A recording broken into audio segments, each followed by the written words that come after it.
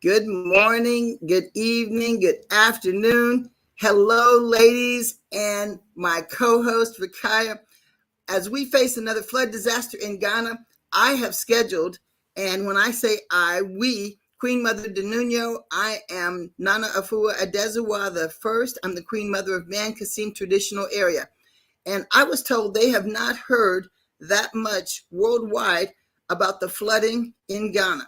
So today our program is going to be dedicated to bringing awareness to the world about what has been going on in Ghana's Volta region as well as overall. So we're so glad that you tuned in today, and be sure in the comments, let us know where you're viewing from. Don't be shy, don't be bashful, but we want to have you hit the like, share, and subscribe buttons. Call your friends and let them know that Queen Mother Speaks is on the air.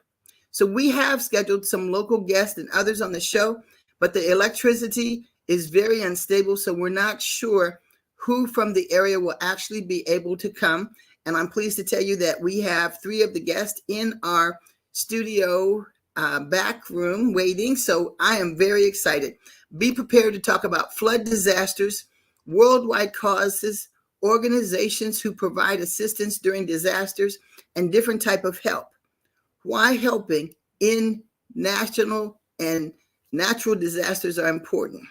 So we have quite a lot going on, and I am very happy. Rakaya, will you come on and say hello and greet our guest? Good morning. Unmute your microphone. I invite you to get relaxed and ready for this awesome show. Greeting, blessings, and salutations to all. I greet you, blessed Thanksgiving. Hit the like button, share, comment button. Go ahead and invite several of your family members, friends, and associates to join us on this exciting show that we are bringing forth to you. Blessings to all our faithful fans, Chantel, Bobby Paul, Lucy, Maurice in Kenya, Talia in Israel, Harvey Prince, Reverend Virginia, Pastor Michael, Flora Giles from Birmingham, Alabama. Continue to wash your hands, keep yourself safe, and be alert. We thank you for tuning in to Queen Mother Speaks, a safe space for information, inspiration, expression, bonga da bonga, a new platform for women voices is here. Catch them every Thursday at 7 p.m. Facebook.com/bonga da bonga.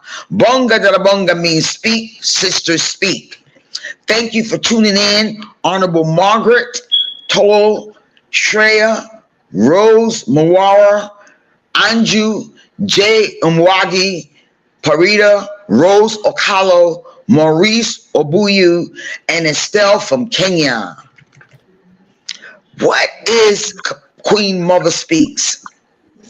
Queen Mother Speaks is a community platform for wealthy conversations that matter, commentary and insights to raise awareness, inform, inspire, ignite, involve, enlighten, educate, laugh, updates on expatriating to Africa, words on newsworthy events, wisdom from the elders, warm, witty dialogue with guests, and the boutique of quotes and win inspirational verses.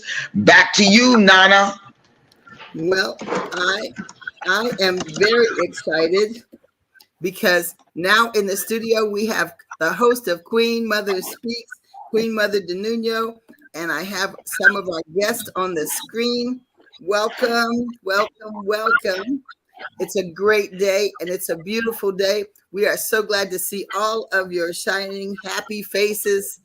Welcome, the Honorable Paul Falador. I appreciate you being here, sir. Thank you. Can you hear us okay?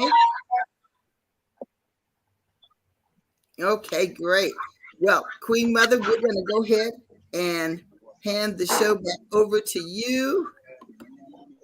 Welcome, welcome. Fabulous. Thank you so much. Let me say, technology is a great thing because Queen Mother had a lot to do today. And at the last moment, I wasn't sure what time I would be back to start the show. I was able to call Nana, our co-host, and she's right on the spot. Thank you, Nana. Thank you also, Coach Rakaya, for being here. And I give a big thank you to all of the guests in the studio today. We have a fabulous program planned for you.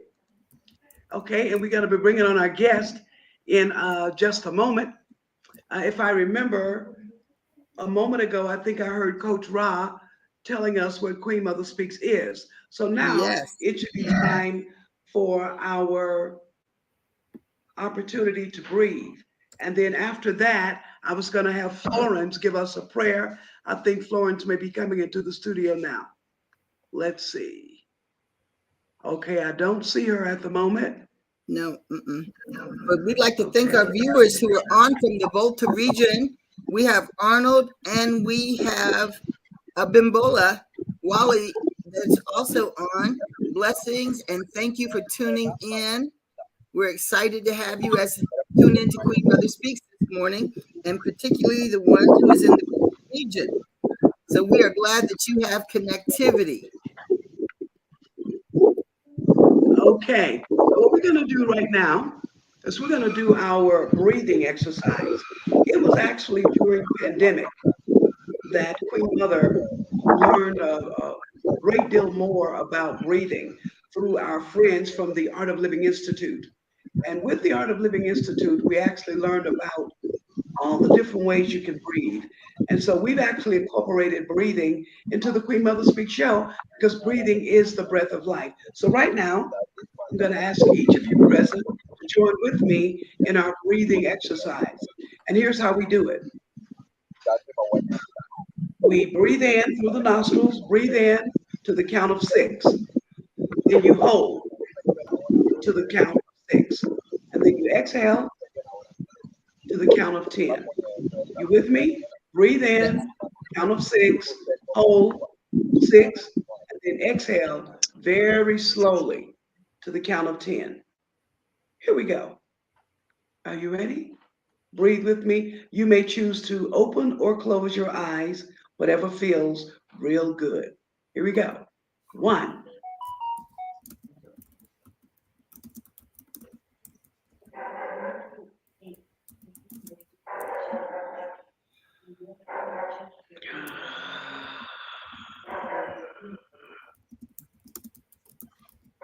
Okay, let's try it again. 1.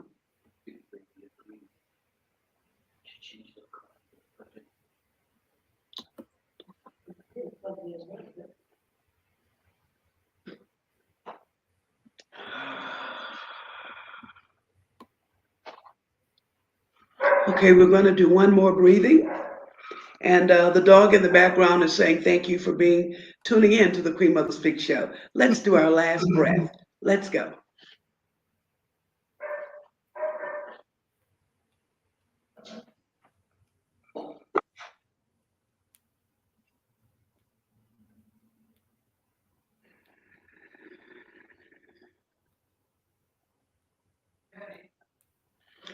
Thank you for that. We all know that breath is life, and life is breath. And without it, the body ceases to exist, but the spirit lives on. So thank you for breathing with me. And again, we've learned about breathing from the Art of Living Institute. They are located here in Nairobi, Kenya, but they also have offices worldwide. They also have offices throughout various countries in North America and South America. So please tune in to listen to them. They're called the Art of Living Institute. They have various classes. Tune in.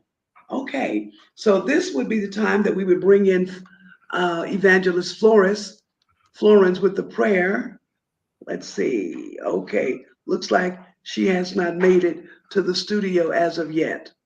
So what we're going to do is we're just going to give a prayer right now. And this prayer is for safety. This prayer is for peace. This prayer is for help. And this prayer is for grace. Father, Mother God, we come before you this beautiful day to say thank you for our life, health, strength, activity of our limbs, being clothed in our right minds, and having a desire to serve you in the beauty of holiness. Lord, we thank you for this broadcast that's called Queen Mother Speaks. And through this show, what we seek to do is to inform, to ignite, to educate. We pray that we get that done. Lord, we thank you for those who tune in. We also thank you for those who come online and be guests on the show as we have today. We've invited people on the show today, basically who are from Ghana, and they're going to tell us about what's going on in Ghana. There is a lot going on, and we need your helping hand. Even as they explain to us what's going on, Lord, we ask you to touch the hearts and the minds of men and women so that they will reach out and help those who are less fortunate than themselves. And with that, once again, we say thank you, and so it is. Amen. Thank you. I know that Florence has prepared a beautiful prayer that she's actually been before God without eating to create the right words to encourage people to come on in and work with us inside of what we're doing here today.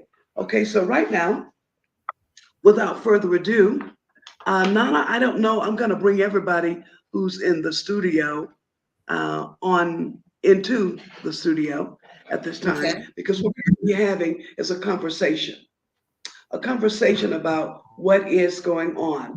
And from Florence's prayer, the very next thing that we would be going to is we wanted to start out with Assemblyman Theodore. Okay. And in the Volta region of Ghana, I think you have a introduction for him. I do. Miller ready. Okay.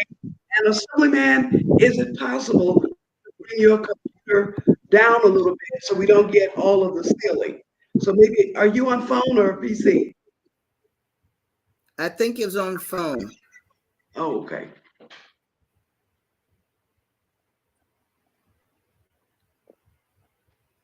Okay, so I thought we were going to bring on Abdul Raza from the Ghana Red Cross. No, we don't want to bring him on first. We don't want to bring him on first. So as the Assemblyman looks like there, let's see here. We see some spooling. Okay, let's try this one. Okay, and now let's try to bring him back in. Oops, no, he's out all the way. All right, so hopefully he'll come back in. So what we're gonna do for the sake of time, David, is we're gonna come to you. And let me tell you a little bit about David. Looks like the Honorable's trying to get back in. Okay. We're still having a little issues there with his camera. So for the sake of time, let us just move forward. So David, we have Mr. David. So, can you hear us, Honorable? I can hear. Can you hear us, Honorable? He said yes. Yeah, thank you too. Very good. Okay, so now only that I'm having a problem. Yeah, I'm having a problem with my link or the network. Yeah. Yes. Well, we're very happy you're even getting the network, considering all that's been happening in the region. So now let's do a quick introduction, and then we'll just go right in and begin to speak to him, because the Assemblyman is on the ground in Ghana, in the Volta region, and he can tell us what's going on. Nana? A noble family man who loves his children.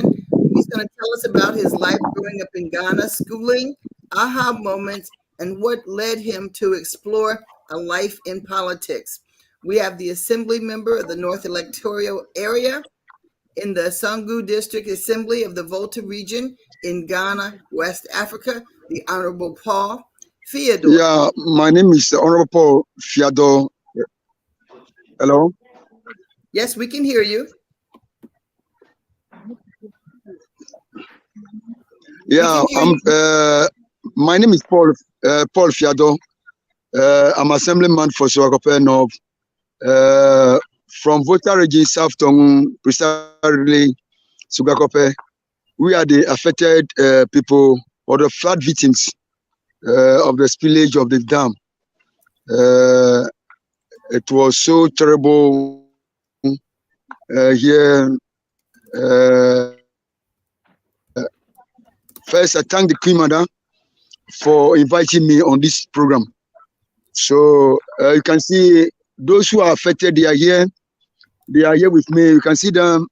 Those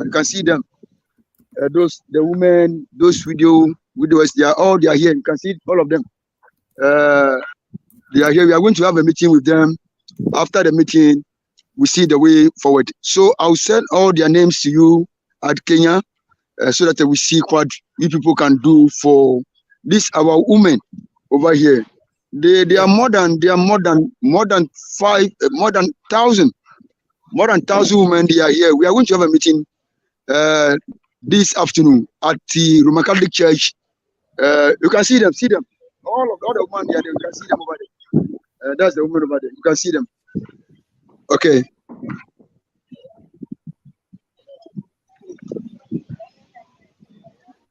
Assemblyman, how many cities or villages have been affected in Ghana, in the Volta region? Yeah. In Volta region, we have let's say we have Central Tongu, South Tongu, North Tongu, Adan East, Atiave, Anglogan, Kita area. So and then the downstream, we have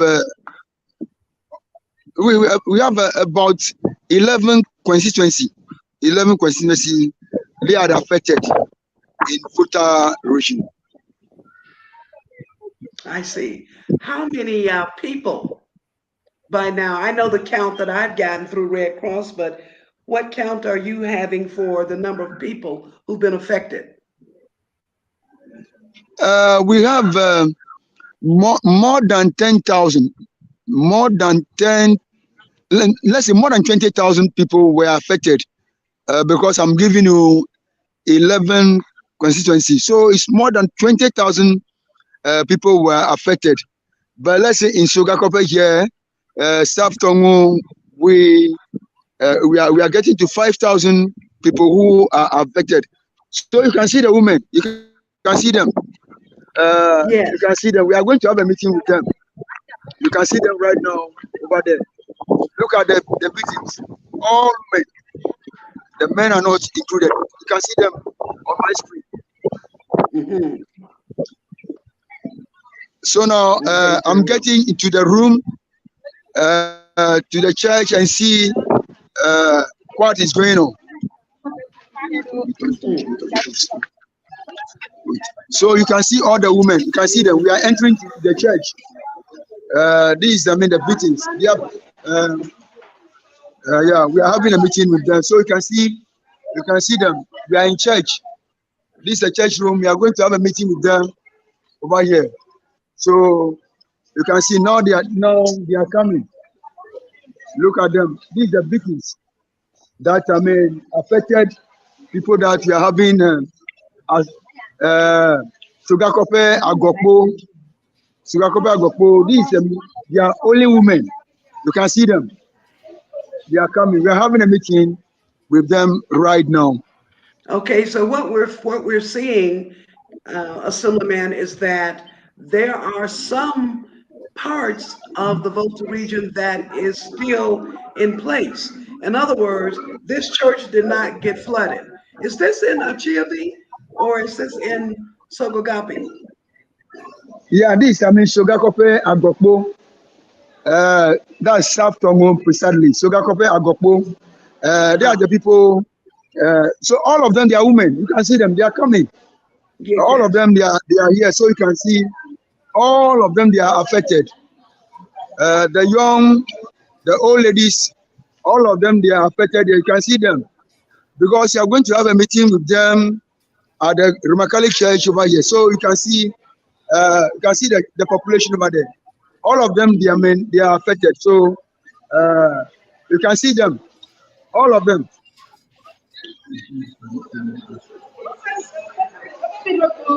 So you can see, you can see them. You can see them. They are coming, plenty. This is the victims, the flood victims that we have from Sogakope, Agokpo, Bekpo, and then all the villages around. We are having a meeting with them in the Roman Catholic Church, Sogakope.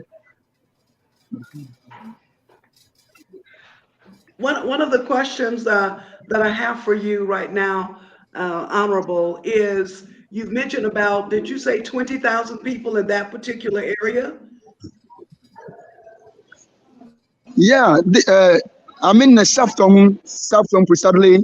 We are more than 20,000 South Tongu because we have Agokpo, Sogakope, Tefle, Sokpe, Agave area.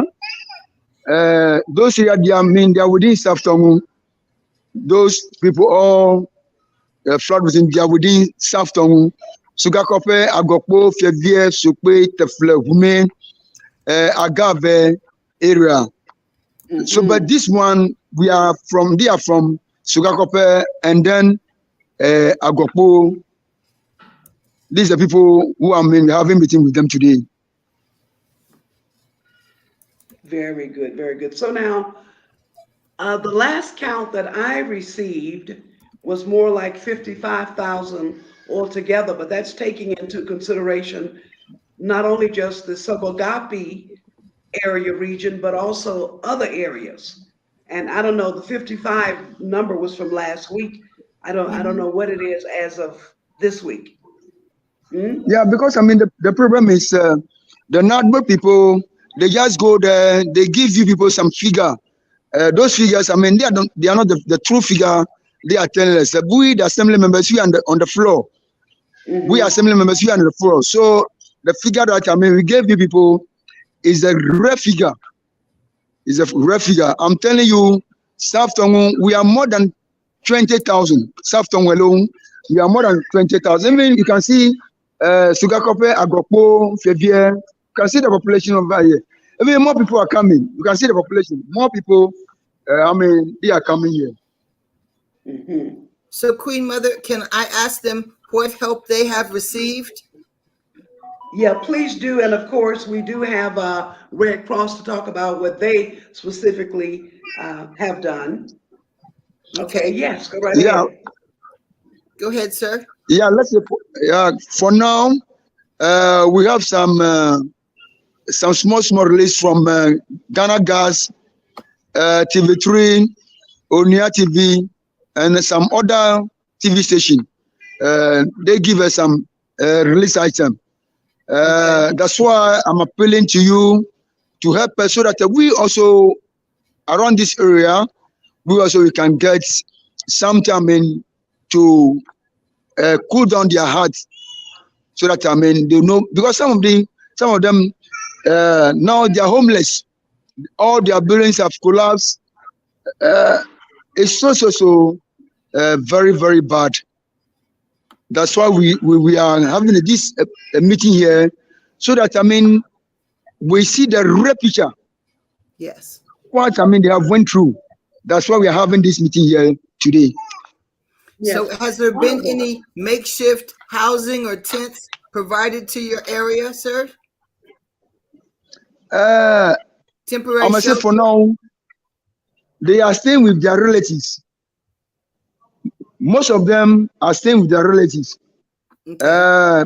But getting back is not the problem. How to go back to those collapsed rooms, is the problem. So we need building materials that will make them so that they will be in their homes. So what about the roads? Are the roads still intact? No. Tomorrow, I will send you to the Comboni Hospital. You could see the road, all the roads, they are damaged. Let's say if you go to Kundokpo, Agokpenu, going to Fevie, Sogakope, Tefle, Agave area, all the roads, I mean, they are very, very, very bad. They are very, very bad. Even last time, Honorable, first off, let me ask you to please face the camera. Honorable, please face the camera. Yeah. I'm looking at the fire. Yeah, okay. Thank you very much. Now, what can you tell us about the Volta Dam Authority? Yeah, VR Authority, they did their best. They sent some release attempts to us, and also wrote letter to them for how the road, I mean, they are very, very bad. So the promises, that, I mean, they will... Honorable, excuse me. I'm asking you specifically about the Volta Dam Authority. What can you tell us about them, if anything? Yeah, this is what I'm telling you, that, I mean, during the spillage, they also came in with just some release items. Risk items? Like enough for the community. Okay. Tell us what risk items they brought. They brought rice, mattresses, cooking oil, cassava dough, maize, and then some other gari, something like that. These are the items that, I mean, they brought to the community. And then also some drugs or medicine. Mm-hmm. I see. Very good. What can you tell us about the emotional state of the people at this time? And I know I'm speaking very generally, so you can speak generally and you can also speak specific. Tell us about the emotional state of the people at this time. Yeah. For now, we can see them. Whilst we are here, you can see their faces. They are not happy people because, I mean, food, where to sleep is their problem now. Food to eat is their problem, especially their children going back to school because they lost all their exercise books, their books, and then other items. Sending these people back to school also is a problem for this our women in this area. Is the school still there? Is the school still standing, or is it full of water? No, let's say it's something like, I mean, now it's okay, but now we are running shifting. Well, those who I mean, they are affected, they join their colleagues. So the school itself will go in the morning, and then those who are affected will go in the afternoon. They are running shifting. They're running shifts, okay. When Queen Mother Dinunyo called me and said, have you heard what happened to Ghana in the Volta region? That the dam, from the rainwater, she didn't mention the dam, but from the rainwater, that there was a massive flooding. When I got on the internet to look and see what had happened, I read that there were controlled spillage from the dam so that the dam wouldn't break to kill everyone in the area. But they were not expecting to flood along because they hadn't accounted for it still raining.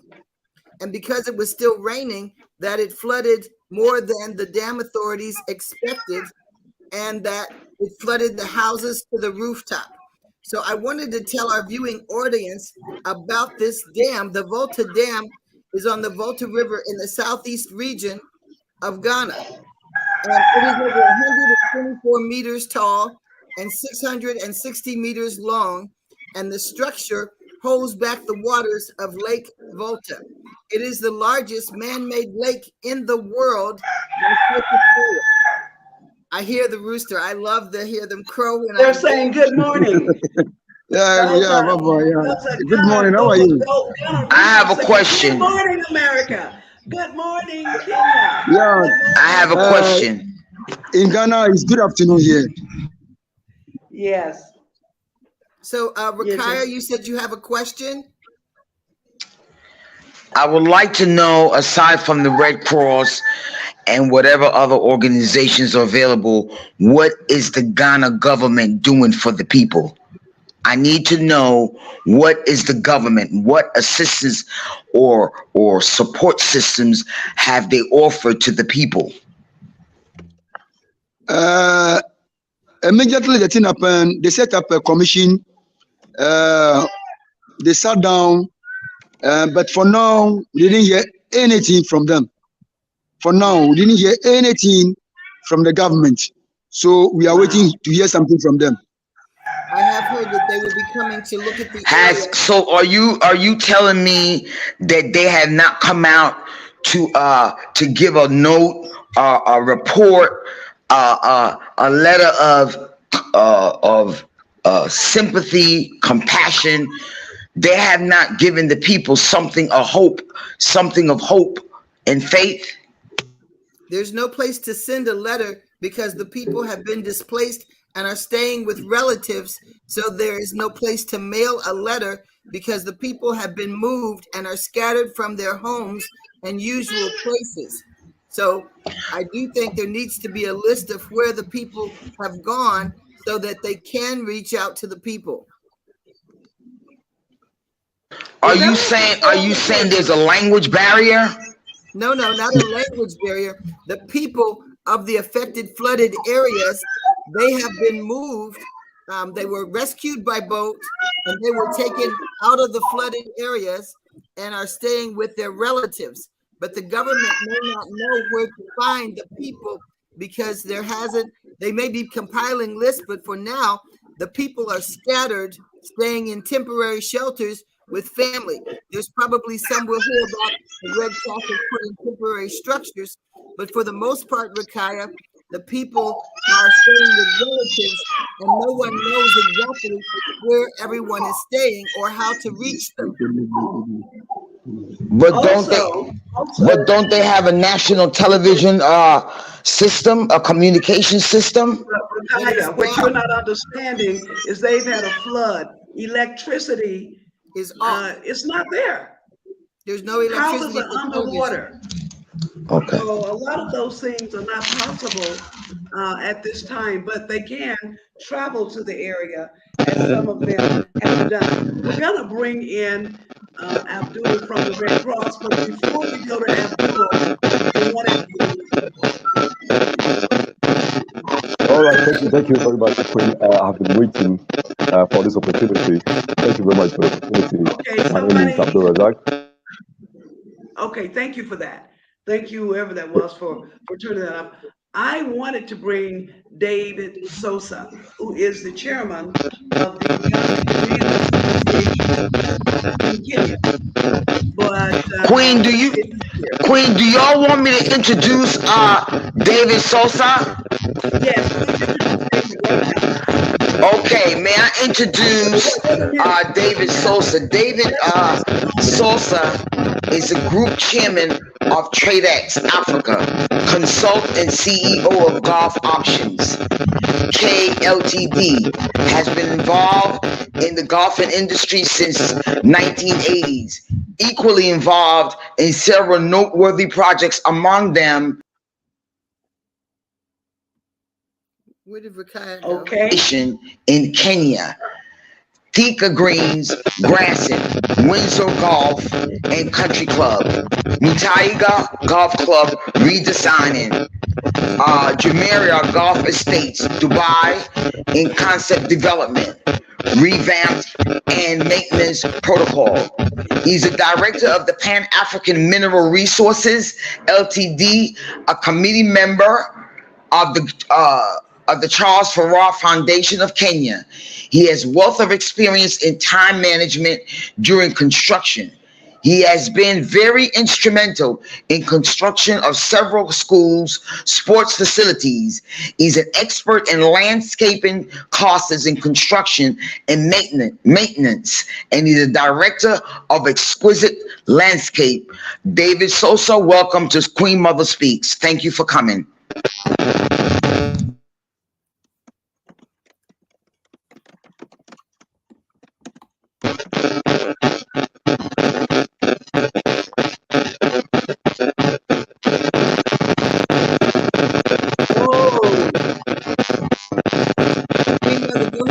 I'm gonna mute his mic.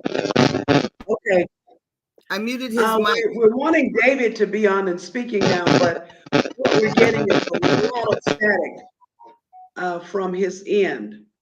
Let me see here. We're getting a lot of feedback or sound from his microphone, so we weren't able to hear you, sir. Let's ask if he can write his comments in the chat box. Queen, why don't we go ahead and then come back to him? We can. Let's just see if the other person is still around. Abdul, are you there? Let's see. Let's see. We don't have Abdul's picture, but I can go ahead. Dr. Honorable Paul Fyodor.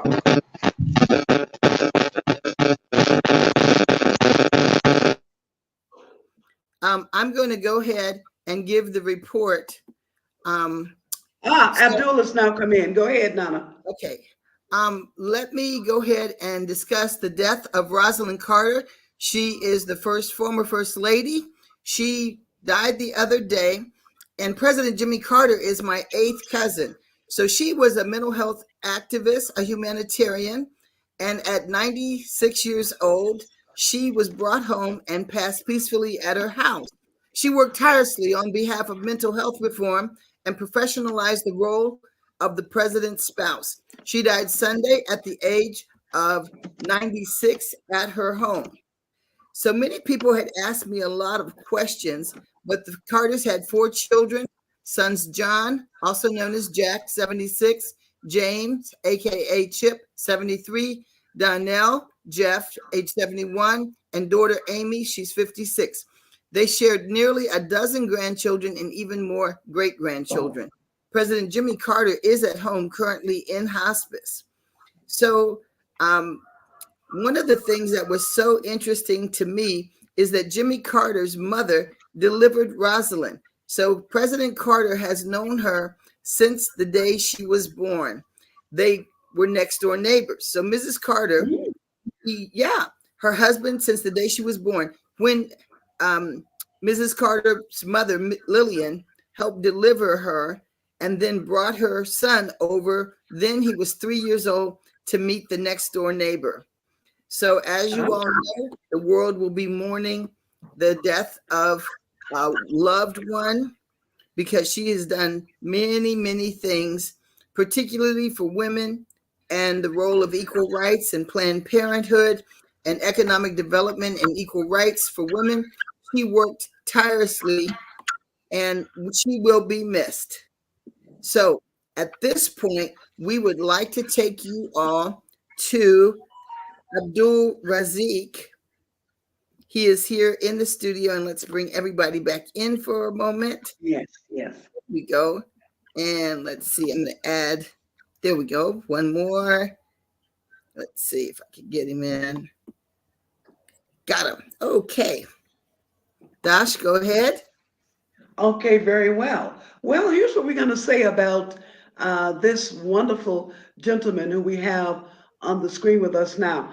When I heard about what was going on in Ghana, let me take a moment and say hello to Gadamore in Ghana. A shout out to Josephine. Let me go ahead and greet my chiefs and kings in Ghana, to the Honorable Tugbi Solaga, the Honorable Tuggi Hatsu, and others in the area. And we will be having some of the Queen Mothers come on a later show, but I just wanted to take a moment and speak on them. Okay, so what I want to say right now about this gentleman, he is with the Ghana Red Cross Society, and he is the National Youth President.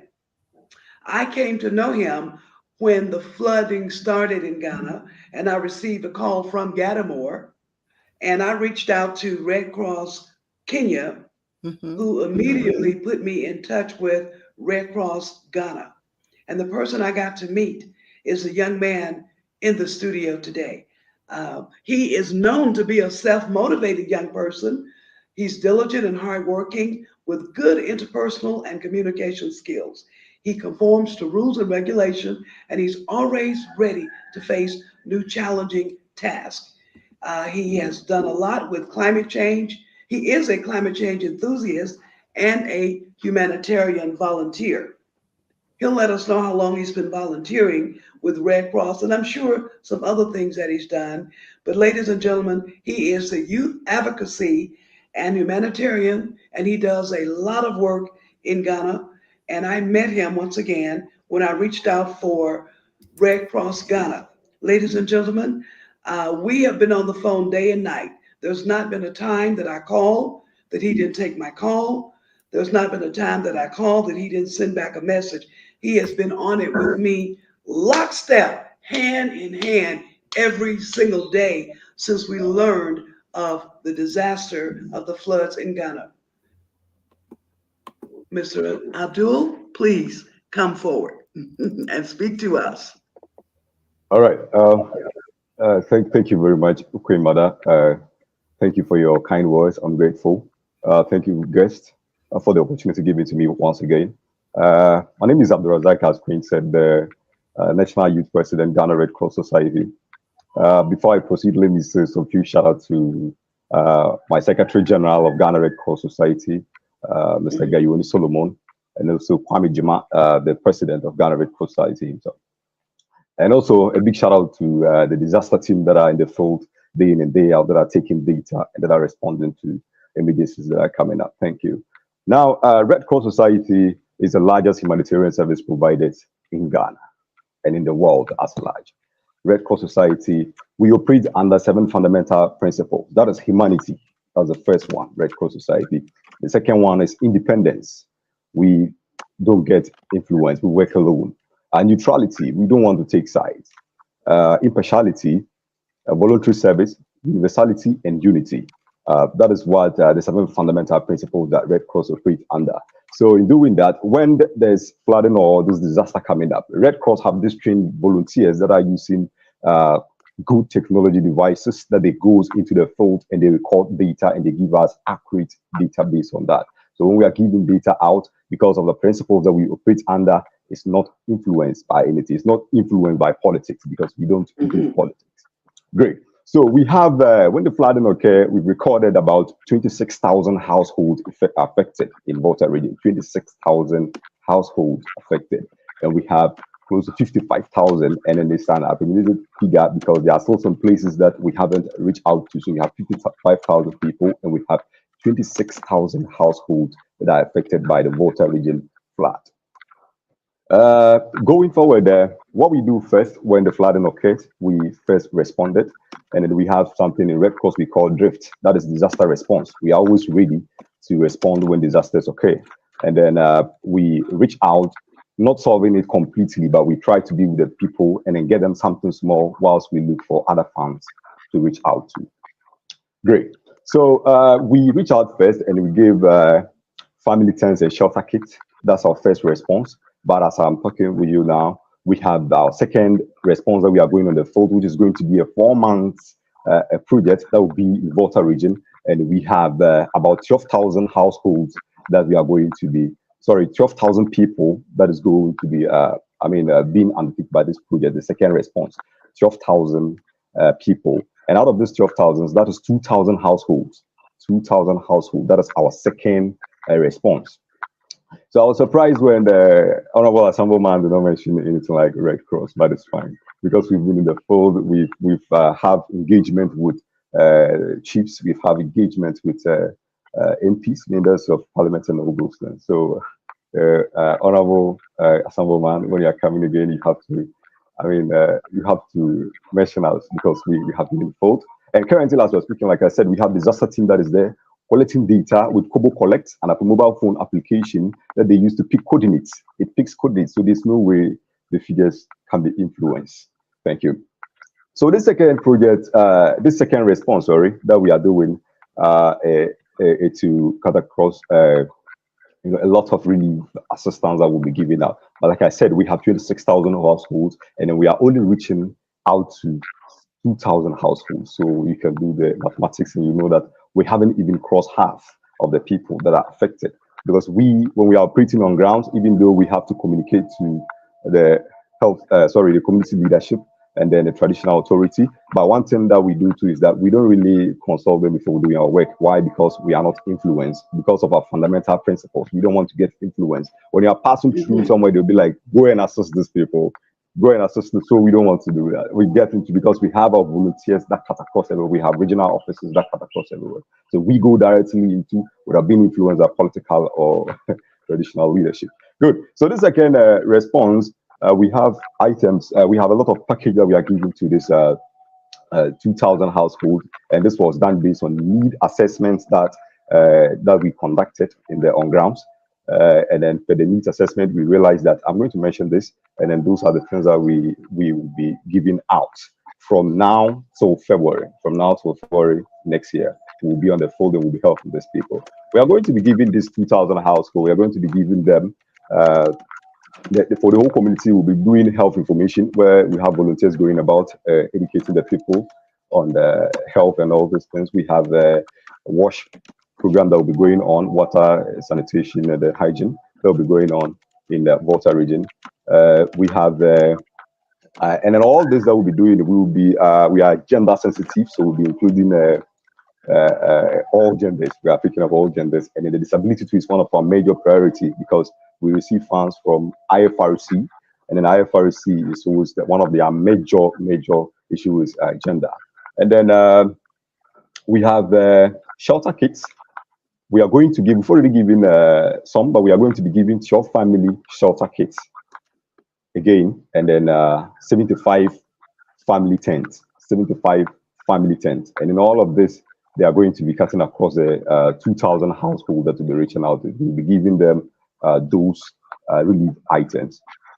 Moving forward, we have cash vouchers, which will be given to specific households that we think when they are, hit with this emergency, they can use that to, cater for themselves. And the cash vouchers will be giving them is not influenced. Nobody in Volta region will influence it, because we already have data of these people that are affected. We've measured it through the needs assessment, and we know those people that are more affected than others. And then the cash vouchers, we've already taken their mobile money, and it will always be given through headquarters level, and nothing can influence it. So we'll be giving 1,200 each, 1,200 Ghana cedis each to each, this 2,000 households. Each household will get 1,500 each.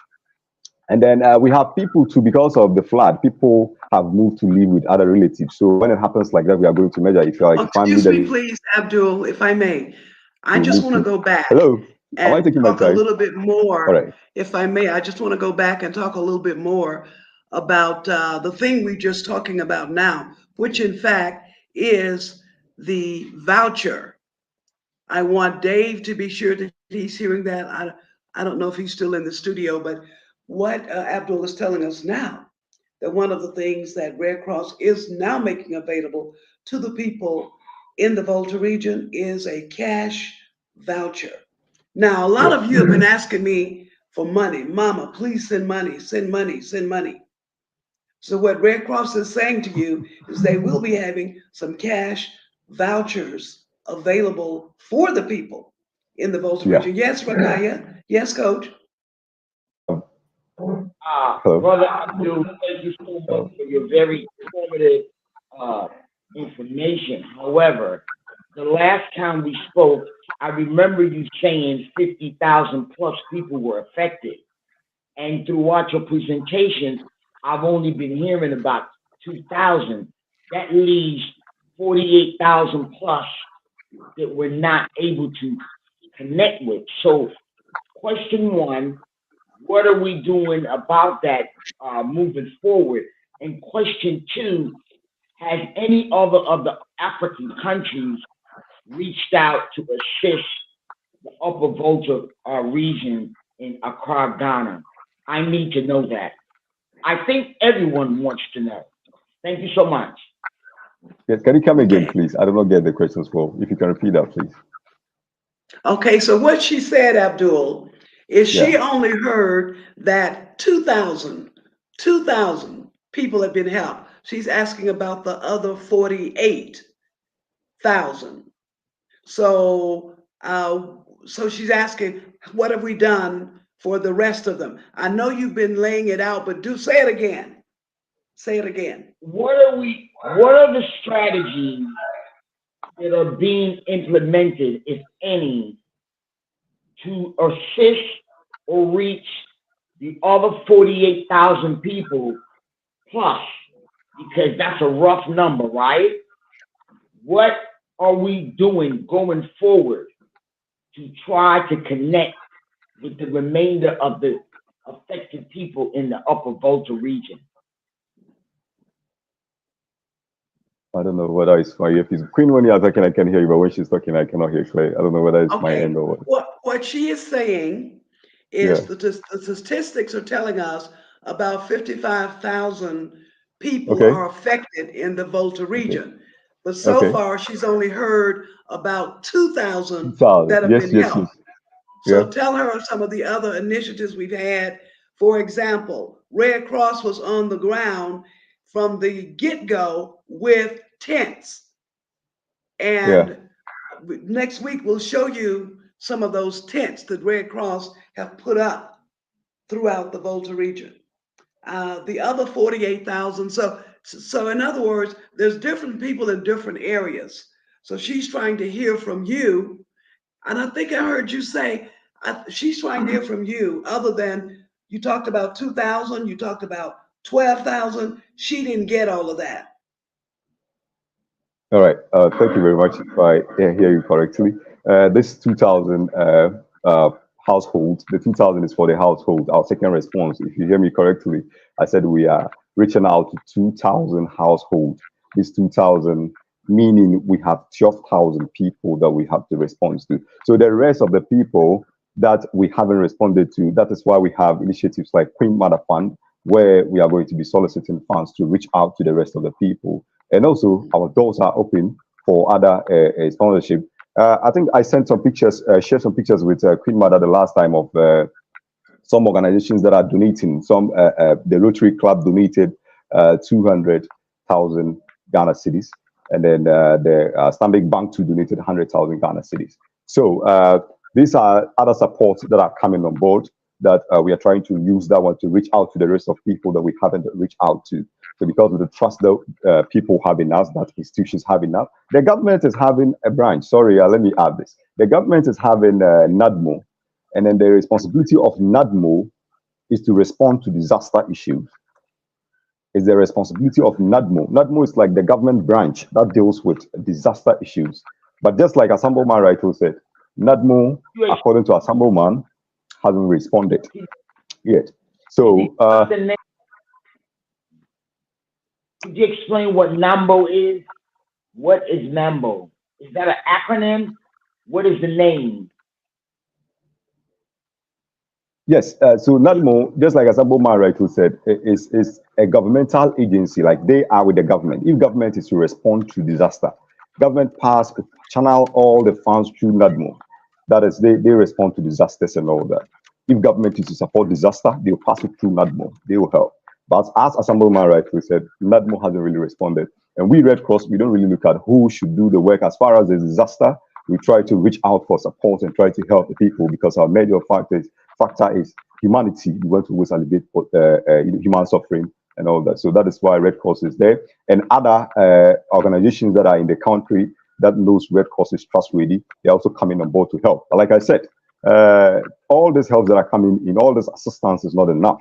We have about 55 to 56,000. Like I said, the figure keep going because there are some villages that our volunteers don't get to.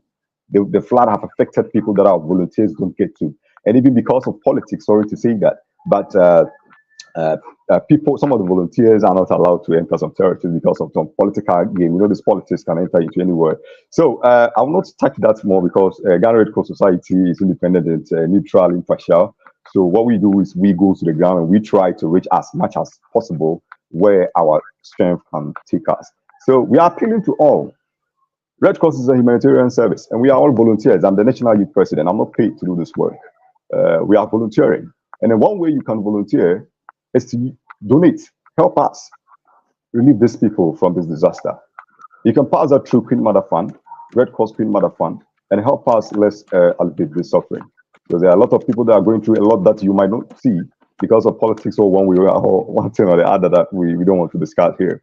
So you channel your support to Red Cross or Red Cross Queen Mother Fund, so we can together relieve these people from the suffering.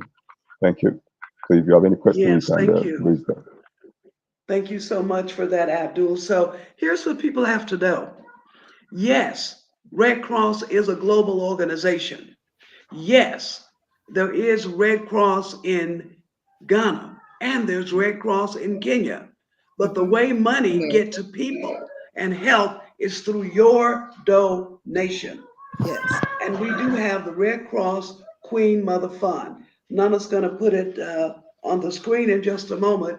But through the Red Cross Queen Mama Fund, we have PayPal, where you can send your donations, or we have the Red Cross bank account number, Access Bank, where you can send your donation directly. And thirdly, we are working on a GoFundMe, but right now, what we have in place are those two. So we're inviting you to please make your donate. We're going to be posting them throughout the social media platforms, even on this platform, for how to get into the Red Cross Queen Mother Fund for your donations. We're going to ask David to come on and talk with us now. David is here in a place called Nairobi, Kenya. He is the chairman of the. Okay, David. All right. Good evening, good morning, and good afternoon.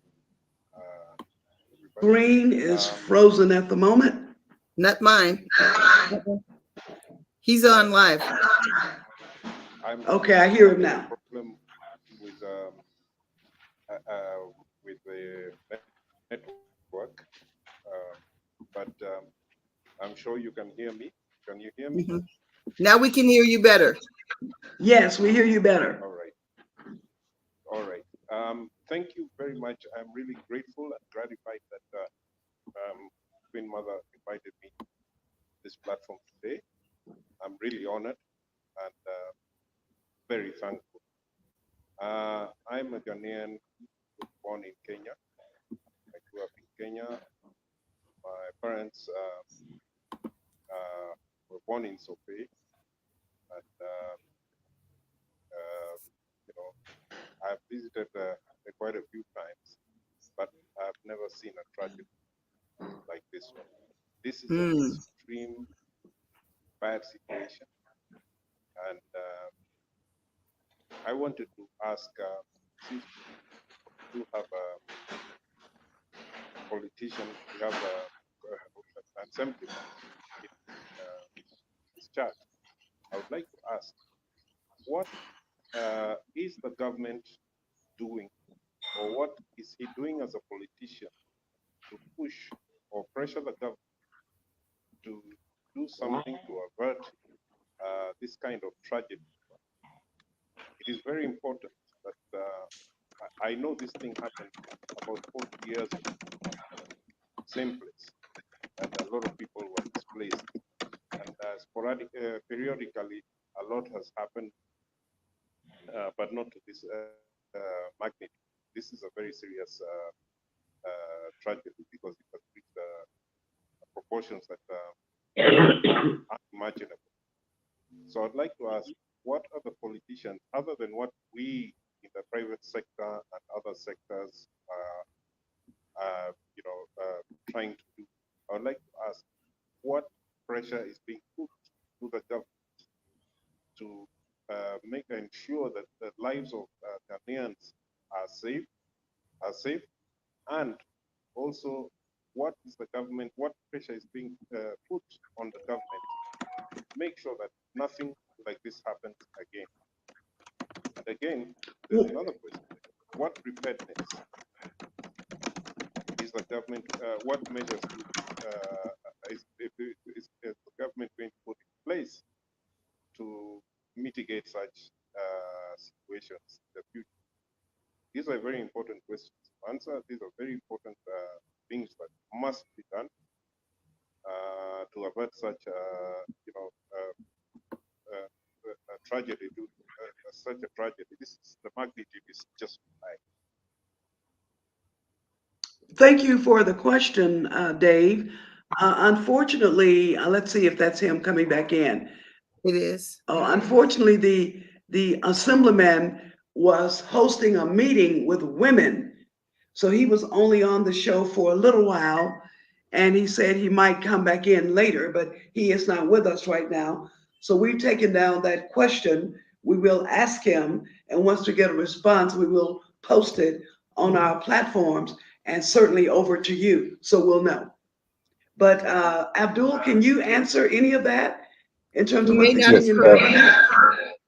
I wasn't really hearing him clear, so if the questions can be repeated by Abdul, you. can you answer anything about what the Kenyan government might be doing? The Ghana government. I couldn't I'm sorry, hear the you. Ghana government. So if you can repeat your questions out. Can you hear me? Yes. Yes, Yes. They had Quinn, please, asked, if you can repeat those questions, because he was so low, I couldn't hear. sure. The question was asked, in the future, what will be done to prevent the disaster of this proportion? David had said there have been floods in the past, but nothing to this magnitude. This is a catastrophic event that has affected many more people than are usually affected. And he said, do you know of anything that could be done or suggestions that could be made to prevent something like this from happening in the future?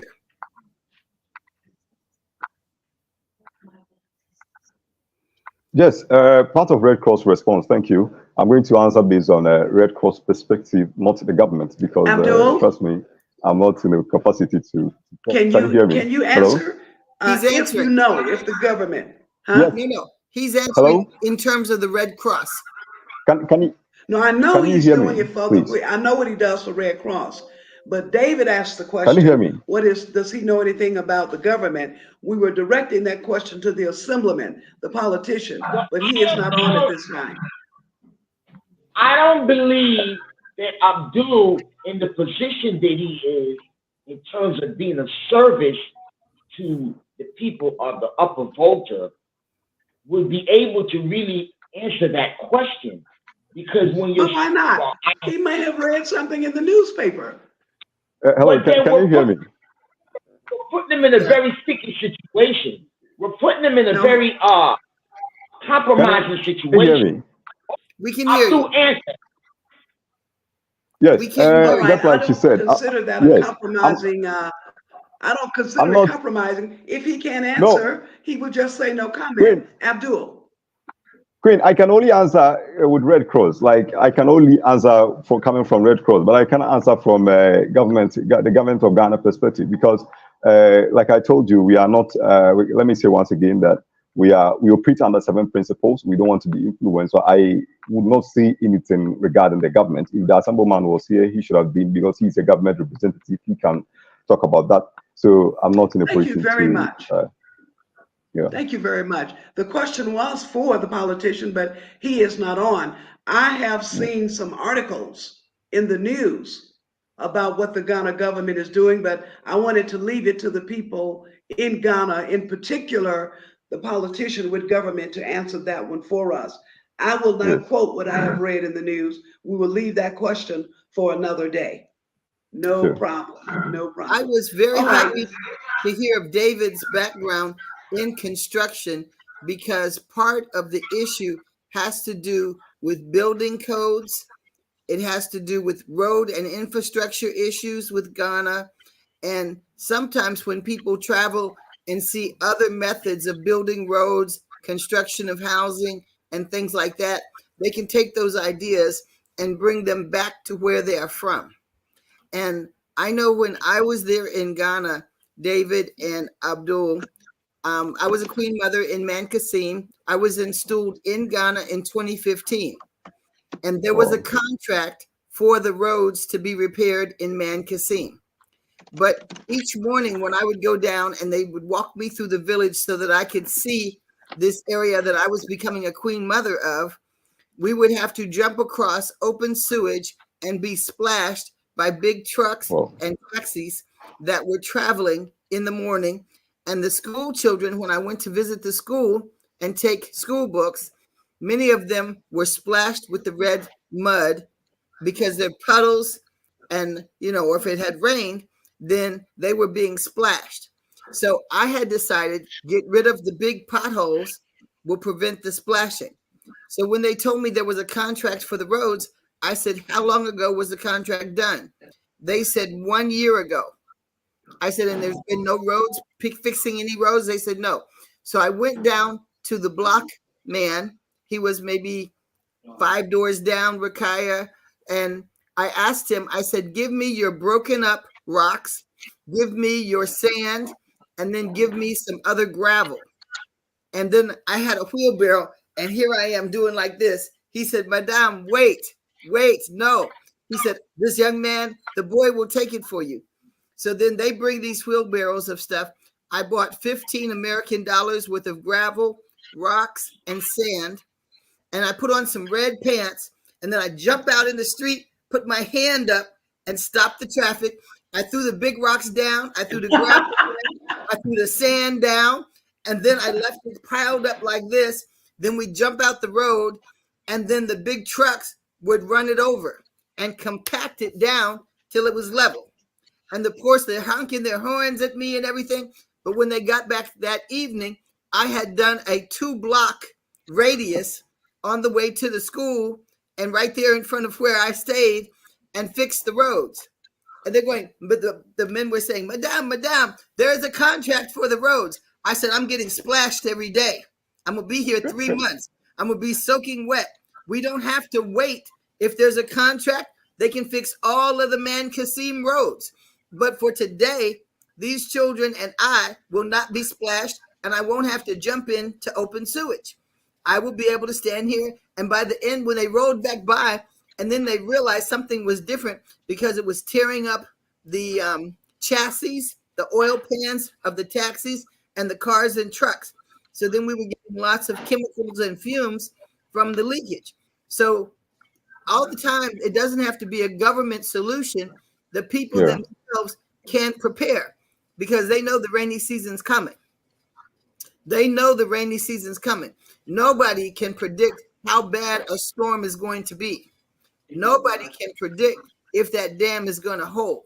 They have some idea, but had that dam broke, it would have killed everyone.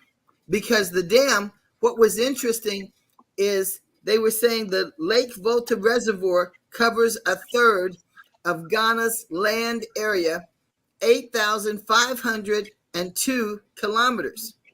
So if the Lake Volta Reservoir, that dam burst, if you can imagine, that water covers 1/3 of Ghana's land area.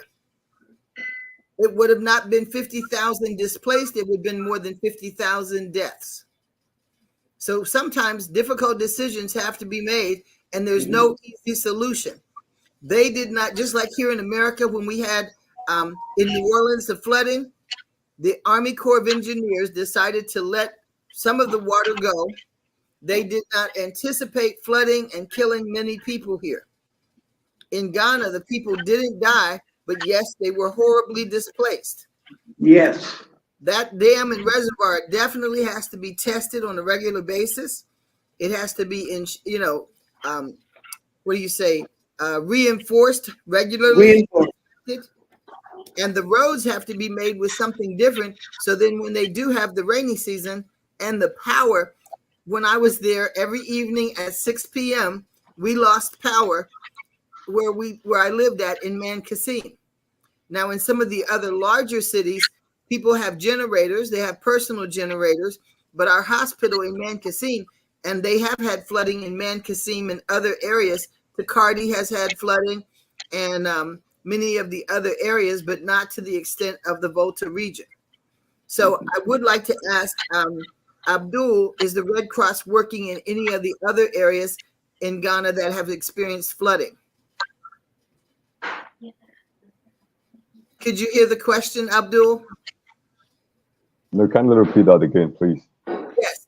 Is the Red Cross helping other areas of Ghana that have experienced flooding? Yes, we are helping other areas. I don't know if he can hear you. He can hear me. Oh, hello. Oh, he's frozen on my screen. Okay, no, not on ours. Oh. Go ahead, Abdul. Can you hear me? Can you hear me? I can hear you. Okay. All right. So yes, we are responding. We have Bupe, which is in the Savannah region. They also experience flooding, and then we have the Western region too. In Western region, Takoradi area, we have flooding that happens to destroy the cocoa lands and all that. And then we are working on it. So we are working on Is all he that. still speaking? So, Yes. Then yes, tell us, write something in the comment of what he's saying, because it's just silence on this end. Okay, he's saying that the Red Cross is helping in Takoradi and in the western regions of Ghana. Go ahead, Abdul. I'll keep talking to her after you tell us what they're doing. Yes. Yeah, and we what we do is just what I mentioned. We have to provide shelter. We have to first go to the field and then do a needs assessment. What's the cause of the damage? What was the level of the damage and all that, and then now respond with the limited resources that we have while seeking for other funds to help. So we currently have. So I saw someone wrote under there the government has promised in the budget to pay 280 million or what. So this monies that is being mentioned is going to be divided into these regions.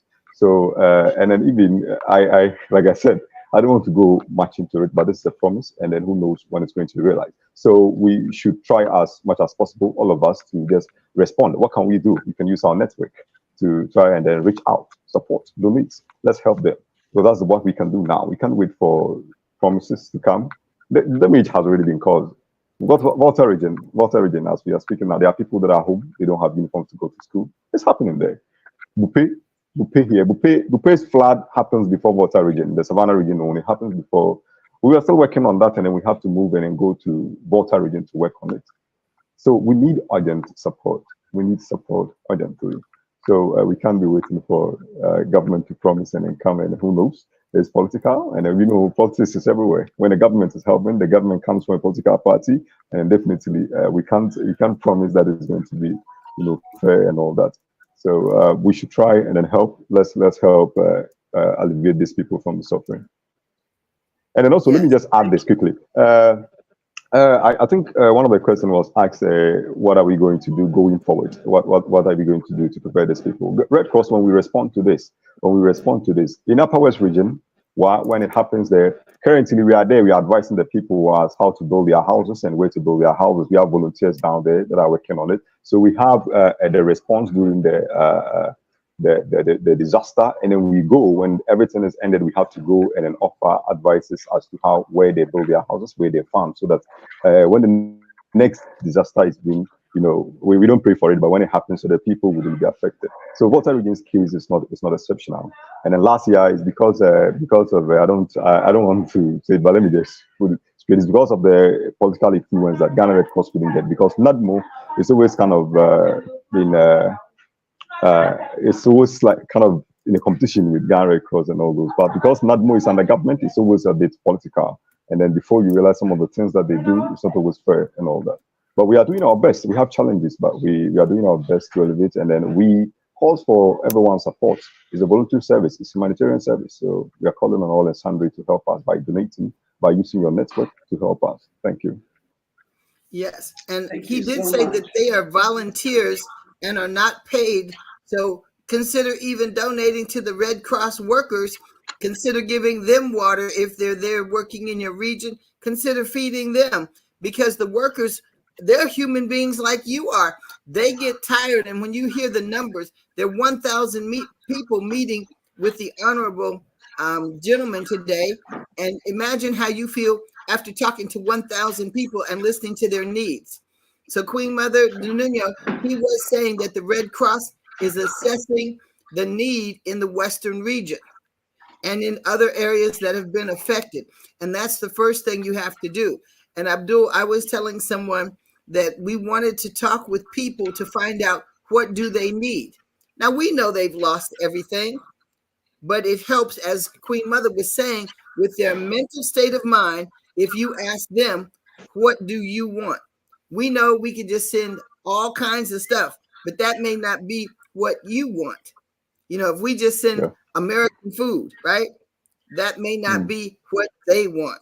So you have to assess the needs by meeting with the people and Coach Rakaya, they have to find the people, schedule a meeting, and then assess the needs of the people who have been affected. So the people have been displaced. The roads are bad. They're staying with relatives. So they have to go post information in different areas to say, if you were affected in the flood area, let us know who you are. And we're going to be having meetings in this area or here. And then those people, since the roads in some areas have been affected, have to find a way to get to the meetings so that they can meet with the Red Cross to assess their needs, because their infrastructure of phones, internet, electricity, roads have been affected. So you can have a car, but it's underwater. You can have a car, but you're not going to get gasoline because the gas station is flooded. Yeah. That's the way it is. You can have a cell phone, but if there's no Abdul, thank you so much for your service, and thank all the volunteers. I also want to say that this is a catastrophe, and it reminds me of Katrina. Although nobody died, nobody died in the upper Volta. We don't know that. By you. Oh, I don't know. Okay. Well, they haven't said anything about that. Right. What I'm saying is that this catastrophe reminds me, it's taking me back to Katrina. Yes. When Louisiana, the dam broke open, it was let loose and it flooded those people. Thank you so much. Thank you for the information. It is my prayer that we, fellow Americans, and whoever's listening globally will hear the plea of Brother Abdul, Assemblyman, and Brother David, and Queen Mother Speak, Nana Adesua. I have been to Ghana myself, and I must say that my major concern was the infrastructure of the country, and perhaps that is something that we can take on as a collective to try to really get the street, like Nana was saying, a little bit doable, or what we have become accustomed to. Let me say that the Volta Dam spillage in Ghana, while the DRA Volta Region Authority in Ghana claims to have fully notified the key stakeholders about the impending spillage, many residents living in close proximity to the river have been caught off guard. They're now scrambling to salvage their belongings as floodwaters continue to rise. The affected residents are appealing to the government for immediate assistance as they grapple with the loss of their properties and displacement from their homes. Local authorities and humanitarian organizations have been called upon to provide relief to those in need. Back to you, Nana.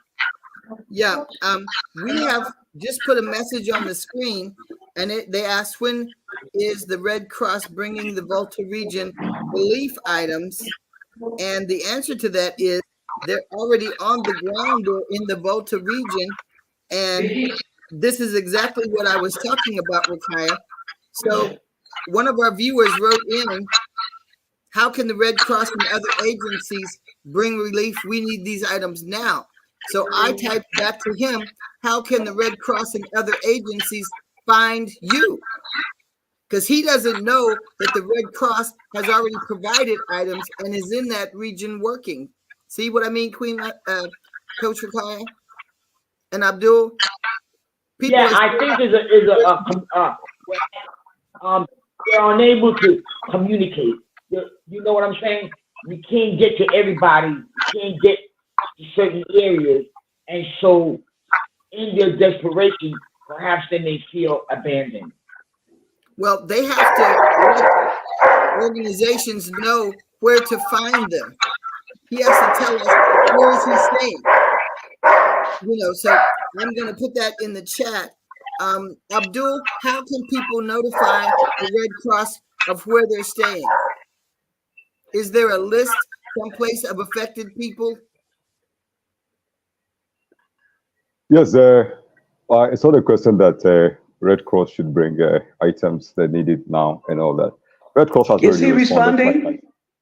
Yes. Yes, I'm responding. And then Red Cross, like I said, it's not influence. So we can't see something that is happening.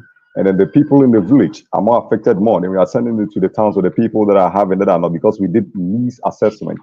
So, and then we have already responded with the local authorities. I think Queen Mother have sent you pictures of the Red Cross with the chief, traditional authority, and the MP, that's the member of parliament for that area. We've been there and then we've reached out, but we are not being influenced. We are using our needs assessment to respond.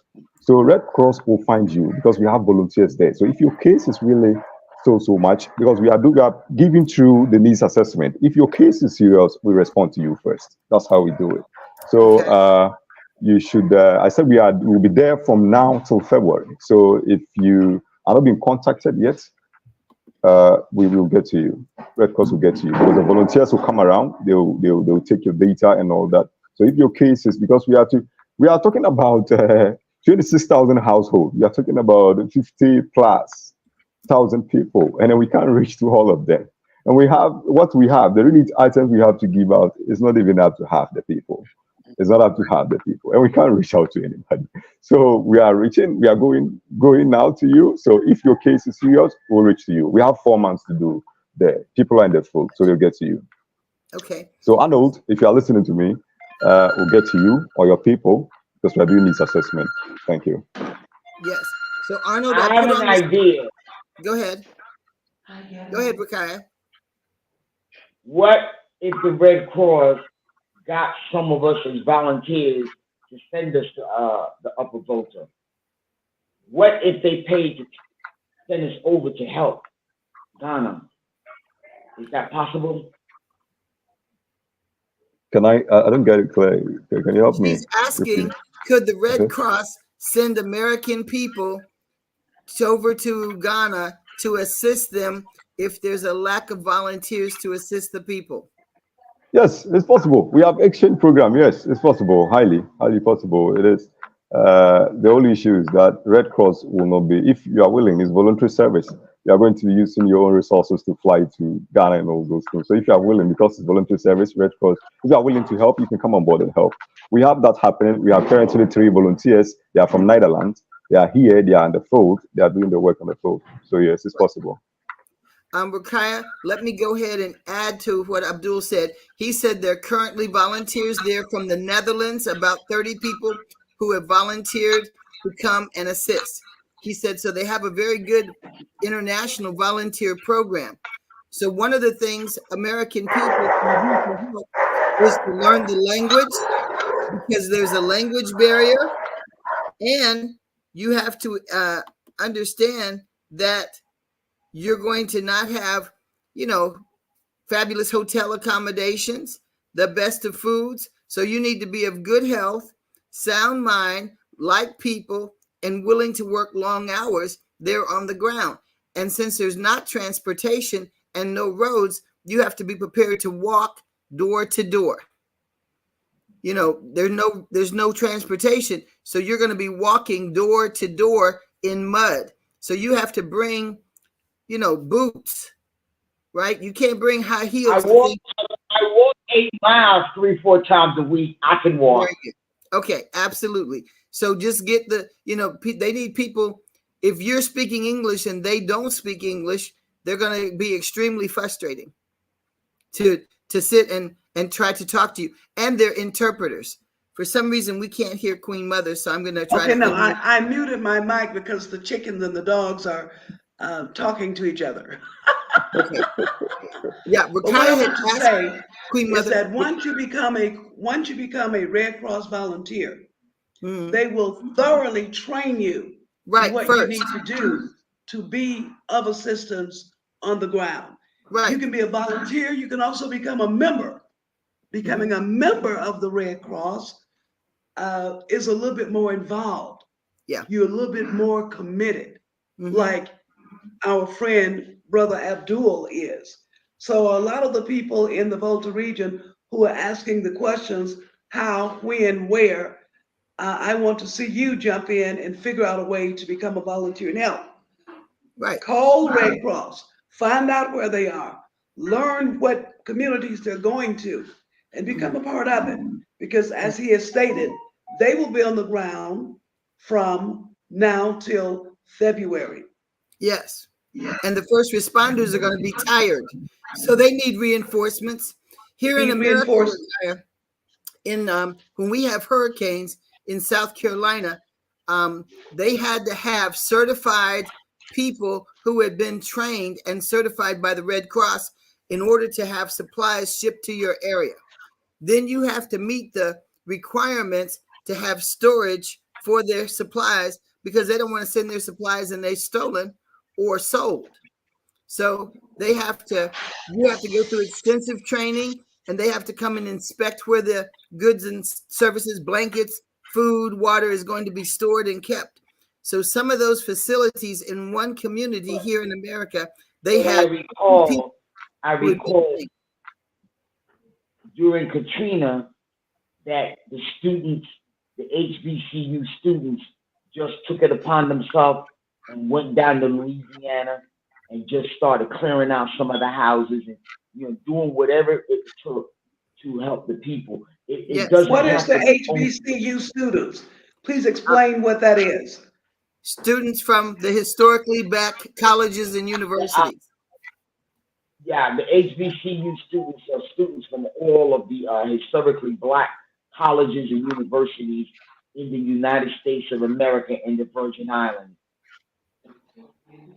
Okay, so one of the questions, if I may direct a question directly to you, Abdul, we have two people from the Sogakope area asking. They're there now. They're trying to learn, when will Red Cross be in the Sogakope area? If we can answer that for now. Yes, thank you, Mama. I saw the question. I saw that Arnold, he asked earlier that Gadimo reach out to Mama, and then when will Red Cross respond? I think, Arnold, with your energy you have, like I said earlier, Red Cross is a humanitarian service provider. You shouldn't be asking when will Red Cross be in the area, but start researching if you're on ground, and then reaching out to Red Cross yourself. These days with technology, I believe you have a phone. You can reach out to Red Cross. We are in the district, we have district organizers. We are in the region, we have regional management. So don't wait for Red Cross to come to you. Look for Red Cross.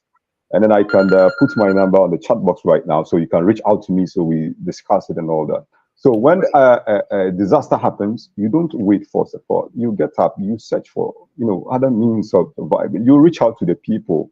And like I told you, because of how we operate, neutrality, independence, and all that, we don't listen when they said, come and do this. We can't listen to that. We have to be on the ground. We have to do our assessment. We have to respond based on the assessment.